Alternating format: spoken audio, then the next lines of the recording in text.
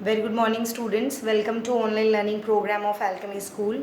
Students, we are learning chapter number science of class 9, chapter number 5, the fundamental unit of life. In this chapter, we have learned a lot about the cell organelles and the content of the cell. Last time we have read about the lysosomes and Golgi apparatus. Today we will learn about the another cell organelles, that is mitochondria, plastids and vacuoles. Students, you are already aware of all these three cell organelles. Mitochondria is again a double membrane bound cell organelles. The outer membrane is okay enough, and the internal membrane is highly flexible and highly twisted. It is highly folded because mitochondria is called the powerhouse of the cell. Mitochondria is called powerhouse of the cell because mitochondria used to do a very important reaction inside it, and by completing that particular reaction, mitochondria used to provide lot of energy in our body. The energy which we are getting after eating food, that energy is released from each and every cell, and in each and every cell the reaction to provide that energy, that particular reaction is performed inside the mitochondria only. That's why the inner membrane of the mitochondria is highly folded, because it provides the lot of surface area to do the chemical reaction. So mitochondria used to perform a very important chemical reaction which releases a lot of energy, and it provides the energy in the form of ATP, and ATP is a short form which is expanded as adenosine triphosphate. So in this way mitochondria provides a lot of energy. Mitochondria is a little bit peculiar. Mitochondria having its own protein, having its own DNA material. Mitochondria having its own ribosomes also. So because mitochondria having its own DNA, which I have explained you, which is present in a particular nucleus as a genetic material, but mitochondria are having their own DNA and ribosomes, and with the help of their own ribosomes and DNA, they can synthesize their own proteins. So this was all about mitochondria. Now second cell organelle is plastids. Students, you have already learned in 8th standard that plastids are present only in the plant cell because they are having the presence of pigments inside it.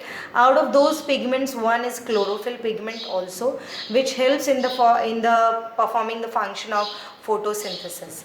So to perform the function of photosynthesis, they require chlorophyll, and chlorophyll is present into the chloroplast. So plastid is a cell organelle which is present only in the plant cell. It is having three types of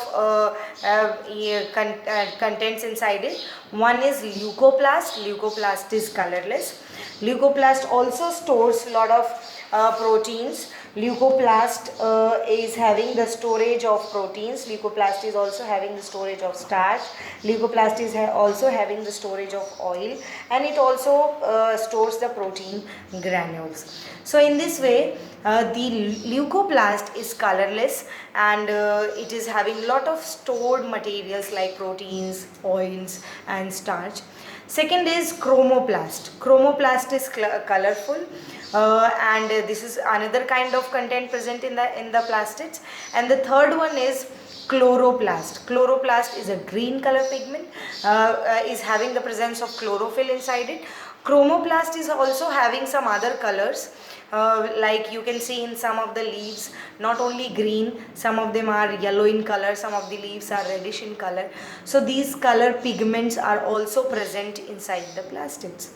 So there are three categories in the plastids. One is leucoplast, another is chromoplast, and another one is chloroplast. So chloroplast is having the presence of chlorophyll, which is green in color and which performs the process of photosynthesis. So in this way, plastids are helping into the plant cell for the very important function of photosynthesis. Plastids are also little bit peculiar or different in their characteristics, like mitochondria. Plastids are also double membrane bound cell organelles. They are highly developed cell organelles, and the plastids are also having the presence of their own DNA, and they are also having the presence of their own ribosomes, which will help the formation of making some important proteins and lipids inside the cell. Now the last cell organelle is vacuoles. Students, vacuoles are present in plants also, and they are present in animals also, animal cell also.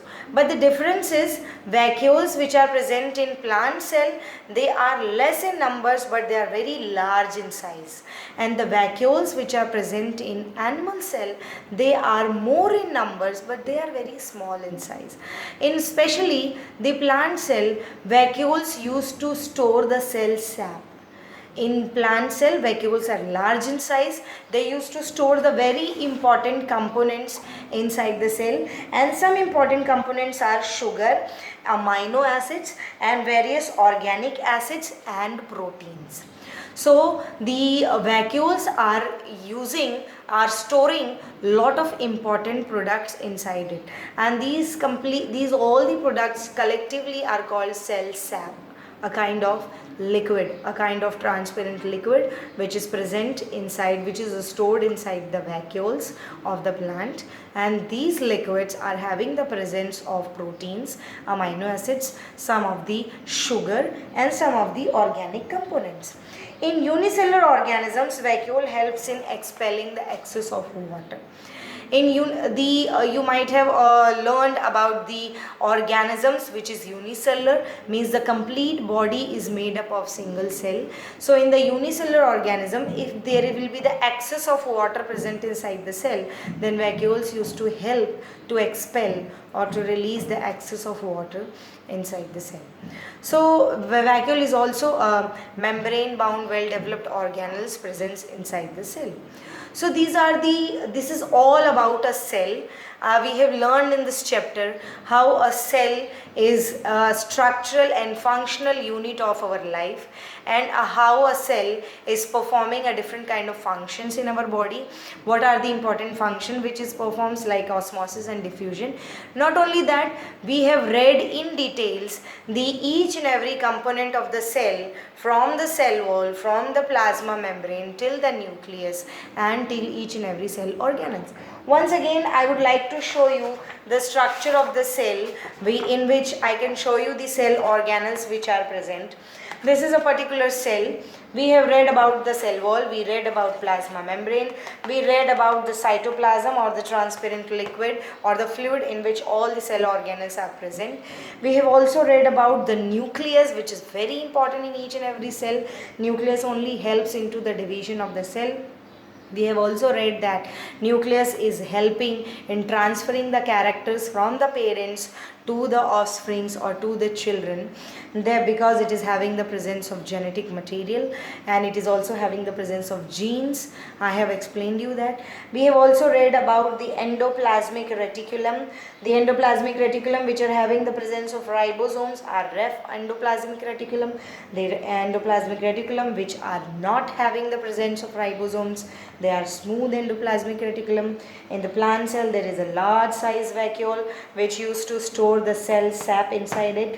In the plants, they are also having, in plant and animal cell, they are having the presence of mitochondria, in which the outer bounded membrane is okay, it is a simple membrane, but the internal membrane is highly coiled, or you can say highly folded, because it provides a lot of surface area to do the chemical reaction by which the mitochondria can produce a lot of energy inside the cell, which is used to perform the daily function. The plant cell is also having the presence of chloroplast, or the plastids you can say, which is having the presence of the pigment which is called chlorophyll, and it is a green pigment, helps in the process of photosynthesis. We have also read about the Golgi apparatus, and we have also read about how they used to pack the materials inside the cell and transferred in and out of the cell. So this was all about a cell. We have read each and every component, and after every video I have given you few questions. So after today's video, you will write the detailed description and the explanation of the unique feature and the function of mitochondria, plastids and vacuoles.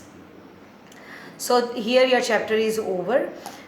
We will be discussing some of the revision questions also in the future videos. Till then, stay safe and stay at home. Thank you.